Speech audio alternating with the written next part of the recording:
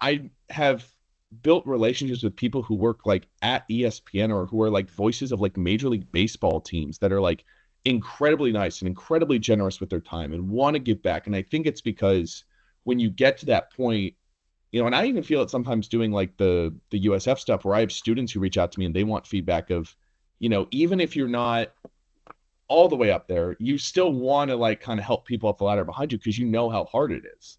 And I Yeah. think that culture is one of the really big bright spots of doing this is I've never felt anybody in front of me has like really had any ill will or any desire to Mm. like keep me beneath them. You know what I mean? Like it's kind of, Yeah.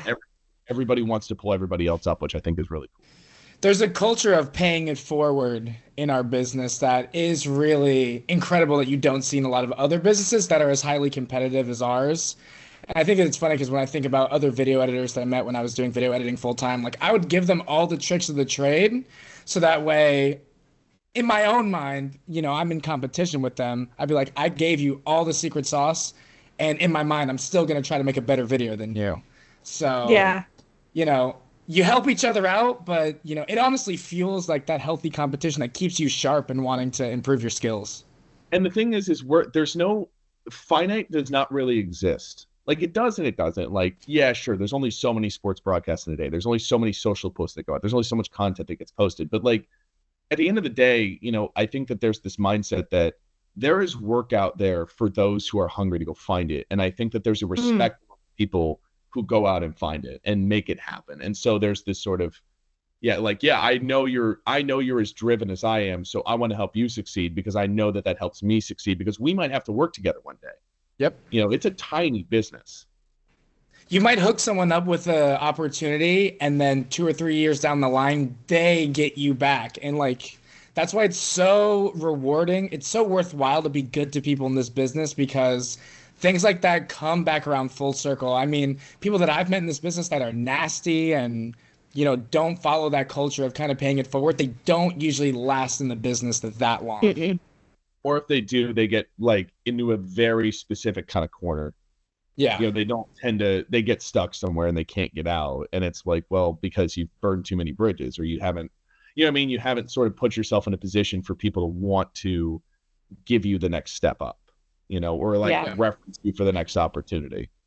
Because I mean, it literally half the time, I can't tell you how many times I've received it. It happened to me this past week where like basically somebody came down with like an opportunity I would have killed for 3 years ago and was like, hey, I like need a guy. And it's like, it wasn't, I need Brad Nessler. It was, I need someone who can like do this and not mess it up. And like, it is mind boggling how much of this industry boils down to one person being like, yeah, can you just make sure I don't get an angry email? Like, do you just have like a person? And then there's just this army of like extremely hungry, like people who would like do anything. You know what I mean? And it's like, it almost Yes. like, well, I know one guy and this guy's pretty cool. And then that's like a massive career opportunity for them.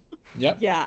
That is so funny. I feel like I've been experiencing that a lot lately of like, last year, us doing the American Baseball Conference Championships. At any given period of time, I would have done anything to do that job, to do a college baseball, a championship is on the line, like days on end with the same team, like that. When I think about like graduating, me would have like salivated for that. And then when it came down to it, was just the right people, people on the production side, people on like the broadcast side in the booth, all going, yeah, we like her. Let's give her a call. And it's that simple. And it almost sometimes makes me lose my mind because you feel like when you're in the position of trying to move up, it's like chess piece and a step here and a step here. And if I can just get in there. And sometimes it's like, hey, you around?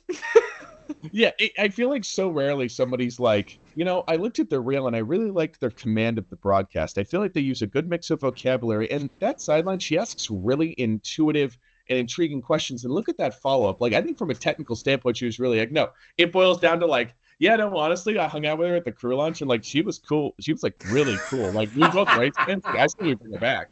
Like, that's literally what So it boils true. down to at the time. Or it's just someone else being like, oh, yeah, no, she's cool. Let's do it. Like, it's Yeah. that's it. It's like it's the beauty and the frustration of it where it's like this whole thing is built on like the power of friendship, but it's also like sometimes you're like, man, I really wish I had a little more power of friendship, you know? Yeah. So true. So true. Hey, thanks for watching this clip. For more on sports media and working in the industry, subscribe to the How to Cook a Goose podcast.